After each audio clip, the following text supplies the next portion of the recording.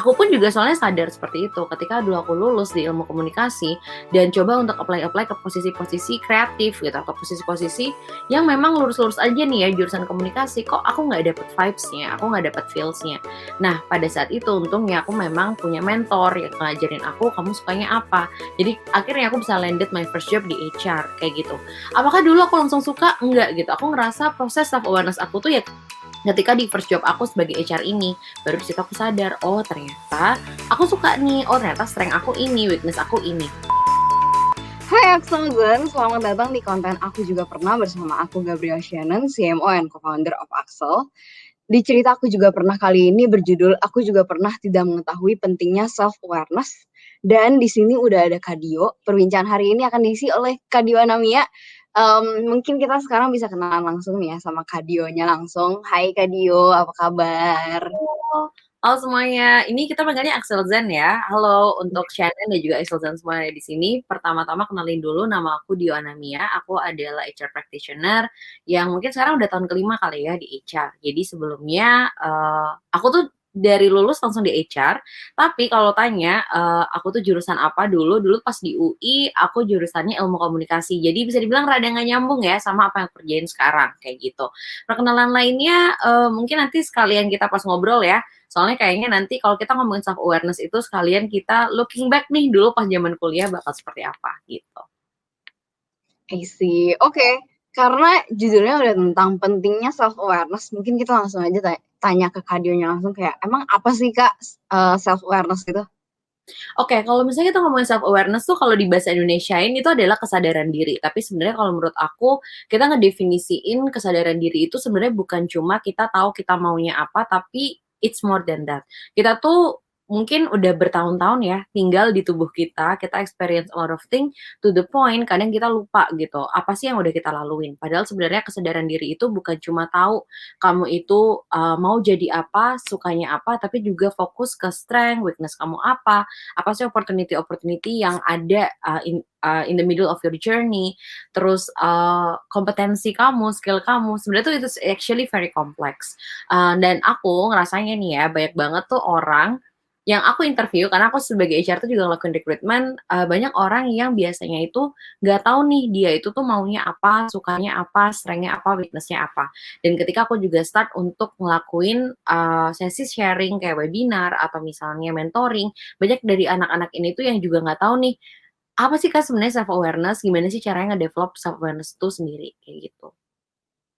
I see. Oke, mantap mantap. Emang self awareness itu penting banget ya Kak. Emang sepenting itu kan sampai kayak apa ya? Sepenting apa sih emang kalau misalnya kayak orang yang nggak tahu tentang dirinya sendiri dan kayak kita harus punya self awareness intinya di perjalanan karir kita. Oke, kalau menurut aku tuh penting banget ya, kenapa? Karena sering nggak sih kita itu, nemu nih ya di internet gitu atau di Twitter, di Instagram, banyak banget komen atau misalnya post soal aku salah jurusan, aku salah memilih, pekerjaan. Oh, apa namanya, aku tuh ingin, shifting karir, padahal dia baru setahun, 2 tahun gitu. Sebenarnya shifting karir itu hal yang sangat-sangat wajar, tapi memang sebaiknya aku tuh berpikir shifting karir itu adalah ketika kamu udah menghabiskan, years of experience di satu tempat, terus pingin pindah karena dapat suasana baru. Tapi kebanyakan aku sering banget nih ngelihat orang shifting karir karena ternyata dia merasa bahwa karir yang dia pilih itu tuh tidak cocok sama dia. Jadi instead of looking towards growth, itu lebih ke, "Oh ini kayaknya aku salah," gitu. Nah kemudian, aku pun juga soalnya sadar seperti itu ketika dulu aku lulus di ilmu komunikasi dan coba untuk apply-apply ke posisi-posisi kreatif gitu atau posisi-posisi yang memang lurus-lurus aja nih ya jurusan komunikasi, kok aku nggak dapet vibes-nya, aku nggak dapet feels-nya. Nah, pada saat itu untungnya aku memang punya mentor yang ngajarin aku, "Kamu sukanya apa?" Jadi akhirnya aku bisa landed my first job di HR, kayak gitu. Apakah dulu aku langsung suka? Enggak gitu. Aku ngerasa proses self awareness aku tuh ya ketika di first job aku sebagai HR ini, baru di situ aku sadar, oh ternyata aku suka nih, oh ternyata strength aku ini, weakness aku ini. Padahal menurut aku, it's very important for us untuk tahu itu tuh lebih awal gitu. Jadi dan aku bisa bilang, nggak mustahil kok buat kita tuh sebenarnya tahu apa yang kita suka, apa strength kita, weakness kita, dan lain-lainnya itu ketika kita masih di kampus atau kayak di early stage lah di karir kita, kayak gitu.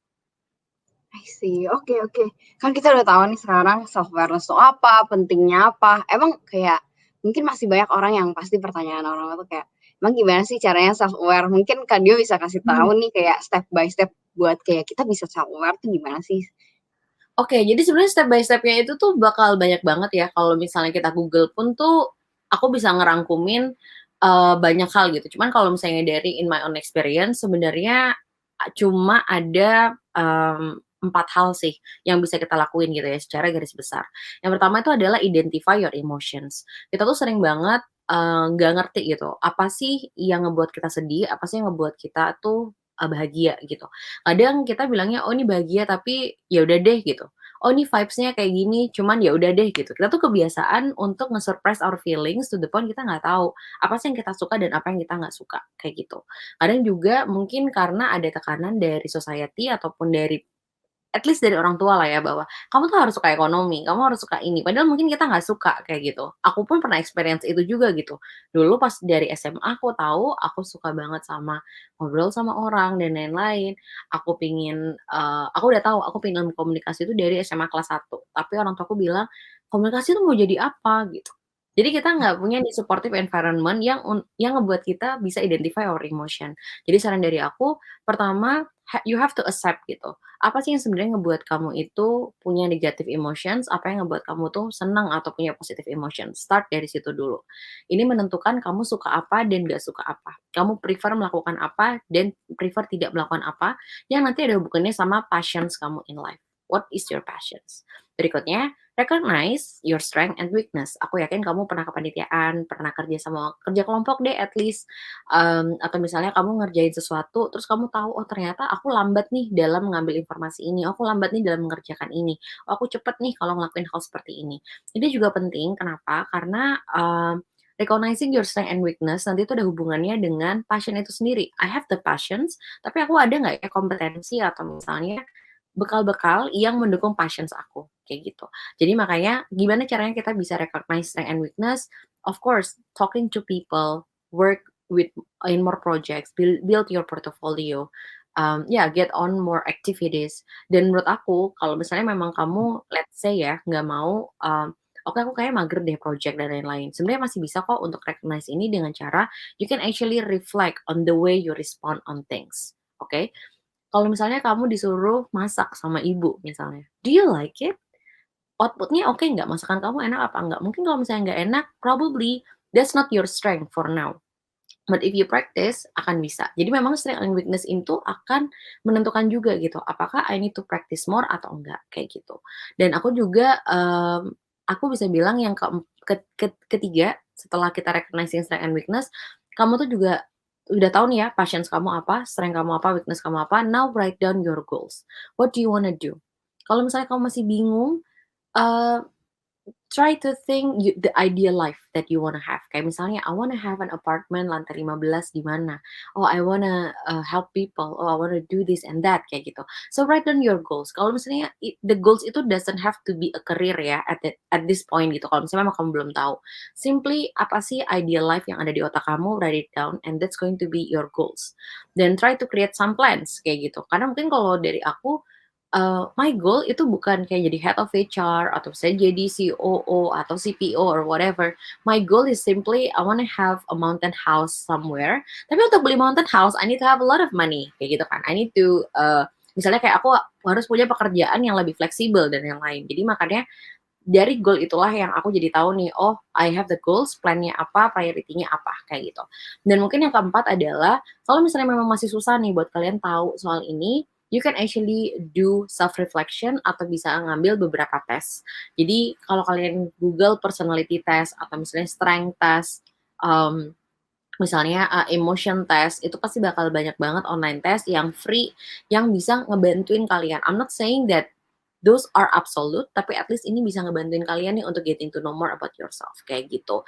Dan ya, yeah, basically those are the 4 things mungkin kalau bisa aku, apa namanya, aku, konklusiin, ya of course yang pertama try to identify your emotions, yang kedua recognize about your strength and weaknesses, write it down, the goals, the plans, the priorities that you have, then perform daily reflections dengan cara bisa ngelakuin tes personality, you can ask people who you trust, dan pastinya juga doing some journaling, kayak gitu.